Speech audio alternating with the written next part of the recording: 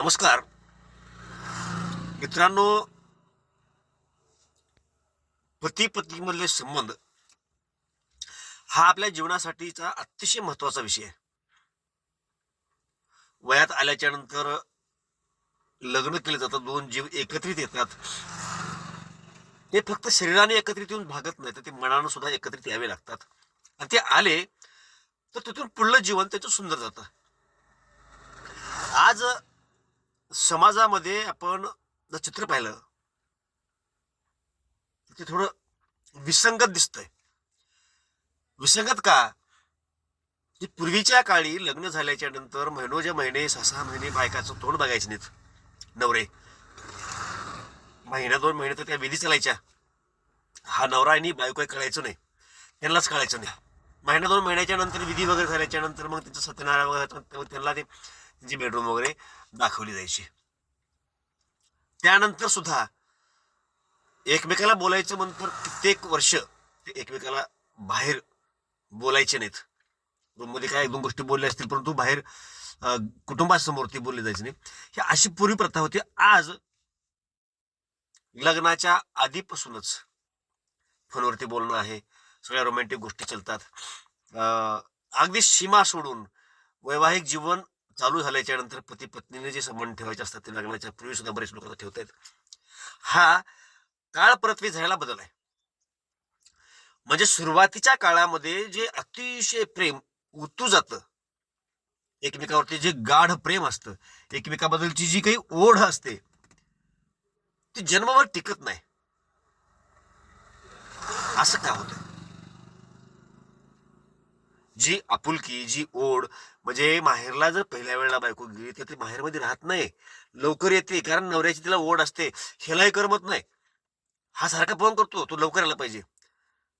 ही जी ओढ आहे, एकमेकाबद्दलची जी आवड आहे, ती आवड टिकून राहिली पाहिजे, ती टिकून राहत नाहीये.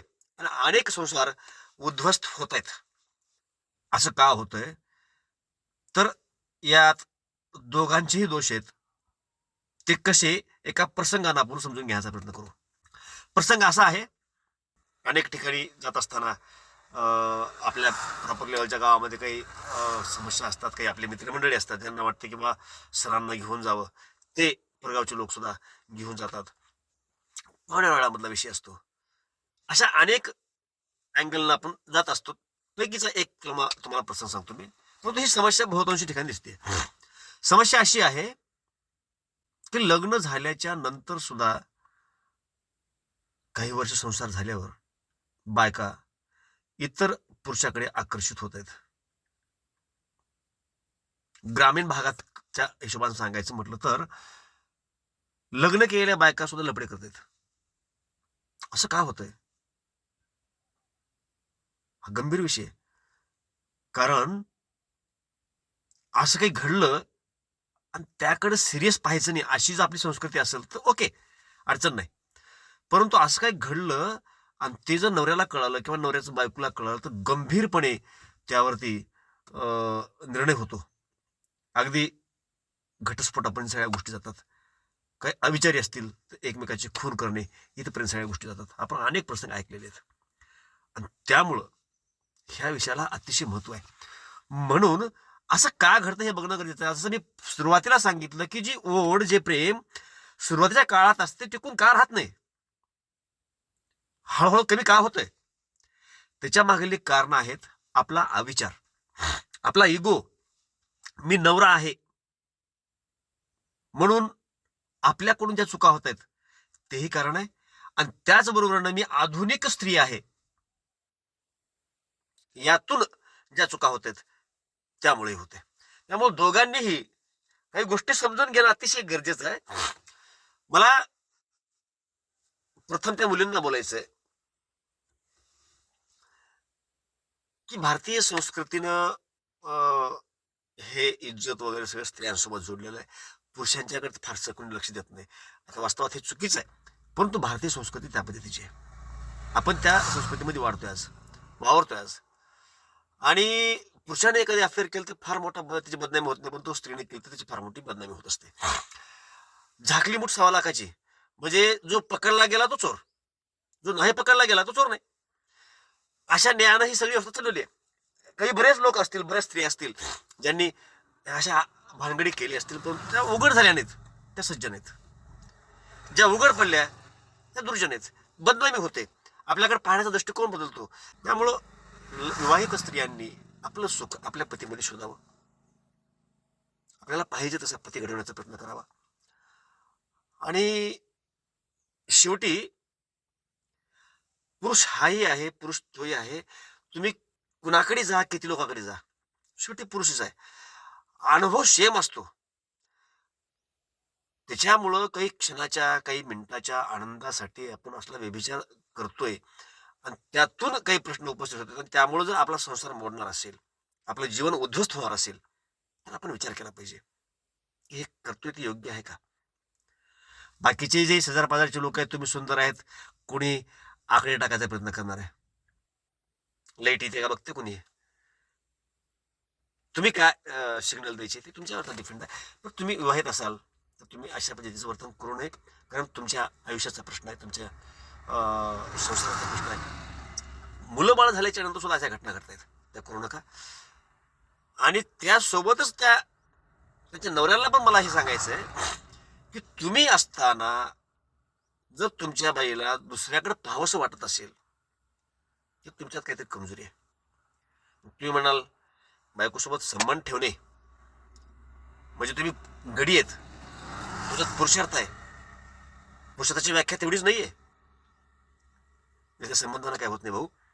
तिची मानसिक भूक पण असते, तिला प्रेम हवं असतं, आपुलकीची भाषा हवी असते, सन्मानाची वागणूक हवी असते, ती पण द्यावी लागते. ती सन्मानाची वागणूक, आपुलकीची भावना तुझ्या नजरेमध्ये दिसत नसेल आणि ती इतरांच्या नजरेमध्ये दिसली तर ऑटोमॅटिक स्त्री त्याकडे आकर्षित होते. ही नेचर आहे, नॅचरली भाव आहे हा. ही गोष्ट ह्या नवऱ्या मुलांनी सुद्धा समजून घेतली पाहिजे ना. तुम्ही एक परकी मुलगी तुमच्या घरामध्ये तुमची पत्नी म्हणून आलेली आहे, तिला शारीरिक गरज असेल तुला भागवायची, तिची मानसिक गरज असेल तुला भागवायची, आर्थिकदृष्ट्या काही लागत असेल ते तुला भागवायचे, तिचे कपडे लगते, हौस मौज, ह्या सगळ्या गोष्टी तुला भागवायच्यात. आणि त्या तू भागवू शकत नसशील तर तू जिथं कुठं उन्हा पडतोयस ती उणी भरून काढण्याचा प्रयत्न जर तिने केला तर काय चूक केलं. आपली चूक नाही. बायकांना सांभाळत असताना, बायकाला वागवत असताना त्याला आपुलकीची वागणूक द्या, प्रेमाची वागणूक द्या. हिडीस फिडीस सारखं करणं योग्य नाही, रागावून बोलणं योग्य नाही. काय काय जण तीर मारल्यानं सांगतात माझं भांडण झालं, आज महिना झाला, जवळ आली चापट हाणताव. अरे ह्याला गडी पण म्हणतात. तिने लग्न करून इथं आल्या, तिचा अधिकार आहे तुझ्या जवळ येण्याचा, आणि त्या अधिकारापासून तिला वंचित ठेवत असतील स्वाभाविकपणे ती दुसरीकडे पाहणार आहे. तू तिला भाग पाडतोयस, तुला वाटलंय मी गडी आहो, एक महिना झाला तिच्या अंगाला हात लावलो नाही, तिची हिंमत नाही मला बोलायची. अरे हे पुरुषार्थ नाही आणि हे गडीपण बी नाही. गडीपण त्यामध्ये आहे, या बाईच्या भावना आहेत, त्या भावनांचा आधी आदर कर, तिच्या इच्छा आहेत त्या आधी पूर्ण कर. काही चुकत असेल हाताळण्यासाठी वेगळे मार्ग आहेत. प्रत्येक गोष्ट मीच करू शकतो अशातला भाग नाही. बऱ्याचदा कुटुंब सुद्धा तुझ्या बऱ्याच अडचणी सोडू शकतोय, परंतु आपल्या बाईनं सुद्धा चुकीचे पाऊल टाकू नये यासाठी आपल्याकडून काही चुका होत आहेत का त्या व्हायला नाही पाहिजेत याचं भान मुलांनी सुद्धा ठेवलं पाहिजे. आणि मुलींनी सुद्धा मागे सांगितल्याप्रमाणे त्या गोष्टीचं भान ठेवलं पाहिजे. दोघांनीही भान ठेवून आपला संसार सुखी कसा होईल. शेवटी आयुष्य सुखी समाधानाने घालणं, आपल्या लेकरी बाळांच्या सोबत आनंदाने जीवन जगणं, या गोष्टीला अतिशय महत्व आहे. चोरून चोरून कुणाकडे पाहायचे, लफडे करायचे, तर ह्याच्यामध्ये फार मोठी रिस्क आहे. तुम्ही नवीन लग्न केले, नवीन मुलं असतात, ध्यान ठेवतात, समाज ध्यान ठेवतो, त्यातून उघड झालं अनेक भानगडी, लग्न सोडून जातं, एखादी लेकरू असते ती घेऊन बाहेरला राहावं लागतंय. मग तिथं पुन्हा अनेक लोक आपल्याकडे वाईट नजरेनं बघणार, दूषित नजरेनं बघणार. पण त्यापेक्षा इकडे तिकडे बघण्यापेक्षा आपल्या नवऱ्यामध्येच जे काय शोधायचे नवऱ्यामध्ये शोधा. आणि नवऱ्यांनी सुद्धा बायकोला काय लागतं, काय पाहिजे हे पहा. अन्यथा बायको हातातून बाजूला गेली, पुन्हा बोलून फायदा नाही. घटना घडतायत, काही किस्से आमच्यासमोर आले. मला हे सामाजिक विषयावर आपण बोलतो म्हणून मला हे बोलावं वाटलं. अशा विषयावर बोलणं योग्य नाही. लोकांना आवडत नाही ते, परंतु बोलला पाहिजे या अनुषंगाने हे बोललो मी.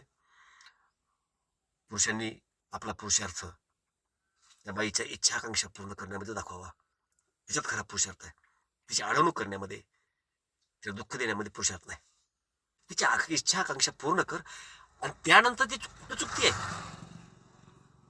तिला हाताळण्यासाठी अनेक मार्ग आहेत. काही वेळेला हे हत्यार असतं मान्य आहे, परंतु ते आपल्या हातातून दूर जाईल इतकंही कामाचं नाही. रबर ताणायचं किती, तुटण्या इतकं नाही. ते तुटते केव्हा हे कळलं तर संसार सुरळीत आहे. अन्यथा तुटतं, जिकडे तिकडे जावं लागतं. याचं भान पती पत्नी दोघांनी ठेवलं पाहिजे. आणि जीवन सुंदर आहे त्याकडे चांगल्या भावनेनं पहा, एकमेकाला समजून घ्या. आपल्या लेकराबाळाकडे पहा, आईवडिलाकडे पहा, कुटुंबाकडे पहा आणि चांगल्या पद्धतीचं जीवन, सकारात्मक जीवन जगण्याचा प्रयत्न करा. जय महाराष्ट्र.